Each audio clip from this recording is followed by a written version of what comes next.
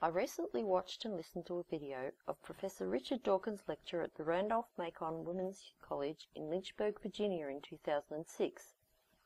At the lecture, Professor Dawkins, rather than concentrating on science, talked about and read passages at length from his book, The God Delusion, which he was evidently promoting. I have not read his book and have no interest in reading it, but am basing this video entirely on the content of his lecture, which seemed to me to be extremely limited in logic. Professor Dawkins spent a great deal of the lecture pointing out the obvious irrationality, rampant favouritism, hypocrisy, wrath and racism of the God of the Old Testament. The God of the Old Testament is easy prey for anybody to find fault with, and I'm sure that any reasonably intelligent reader can do this at any time. The Bible itself has been so heavily mistranslated, misinterpreted and edited, as well as having been changed quite often into the modern vernacular, that in my opinion, and I do stress that this is my opinion only, and I mean no disrespect to the believers in the Old Testament, the Bible has long ago lost any credibility in whatever historical accuracy it might have once held. However, the Bible is only one of many religions in the world, and rather than try to criticize the many different gods of the many different religions on earth, Professor Dawkins concentrated solely on the Judeo-Christian God, as it appears that he has done in his book. I first read much of the Old Testament when I was a young teenager, so the lecture was rather boring for me, hearing Professor Dawkins pointing out the obvious and well-known faults of this God, until Professor Dawkins suddenly worked his way around to a rather ridiculous notion. He claimed that if there was a God, then this God must have developed along the same slow evolutionary lines of the beings here on Earth: humans, animals, reptiles, insects, etc. He also claimed that if any aliens existed, then they must too have developed along the long, slow evolutionary patterns as Earth creatures. How Professor Dawkins can assert this idea is beyond me. Has he ever been to any alien planets and studied the life forms there for any length of time? Has he found at least one alien body here on Earth to dissect and study its molecular and genetic structure? And would the alien be constituted of such a structure that his human brain could understand it? This was a leap into totally fallacious reasoning on his behalf, but his claim that God also must follow a long, slow pattern of evolution because every living being on Earth does is an assertion that is ludicrous in the extreme, and so narrow-minded and restricted in its logic that I was amazed that so many people seemed to see nothing wrong with Professor Dawkins' way of thinking. The word God to me does not mean the God of the Old Testament, who Professor Dawkins tore apart so effortlessly and pointed out the faults in so easily. The word God, to me, stands for an unknown and probably unimaginable being. Call it what you will. Yahweh, the Great Spirit, the Higher Power, the Creator, the Maker, the Flying Spaghetti Monster, Buddha, it really doesn't matter. I will call it God for ease of reference. I believe that this God is infinite and eternal, and that it created not only Earth, perhaps with a Big Bang according to the theorists, and created everything on Earth. I believe that it also created all the galaxies and many universes. Whatever is created, I believe that God created it. I do not believe that humans are the most important or even the most intelligent species on Earth, as Professor Dawkins seems to believe, but of course this is purely subjective.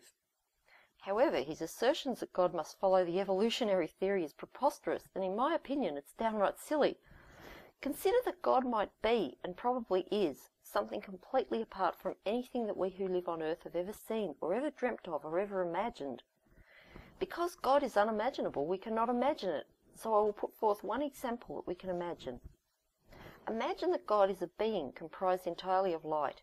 This light that is God has no fixed size and no fixed form. It is made of fluctuating and constantly changing colours, some of which do not exist within the very limited scope of the human eye's ability to perceive, and of different shades that our primitive machines also cannot identify or see. At times this God might be enormous, at other times tiny. At times lighter than air, at other times denser and heavier than the heaviest of known materials. This God might communicate or might not communicate in the limited range that our ears can hear. And then it might communicate by, perhaps, music rather than the human speech. It would have no discernible or identifiable gender. It could be not only immensely old, but totally new at the same time.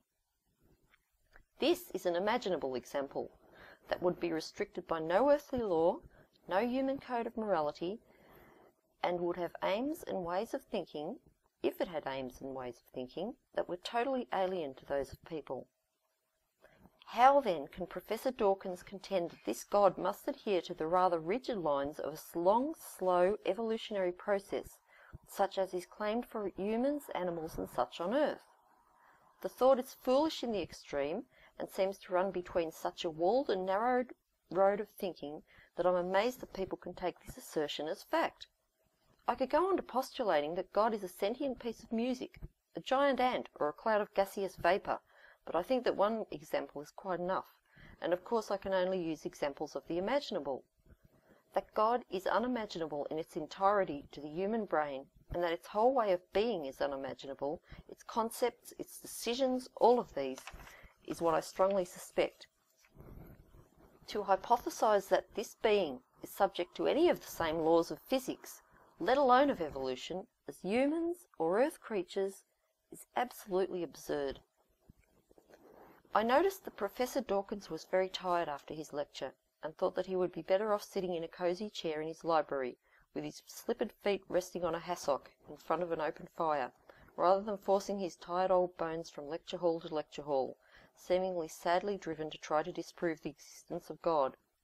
But of course, this is his choice, and he's an adult who can do pretty much what he wants to with the rest of his life. I would like anybody who listens to this video to try to think outside the restrictive box of present-day science, and not just adhere to the known and the proven. It was once believed that the Earth was flat, and science has come a very long way since then.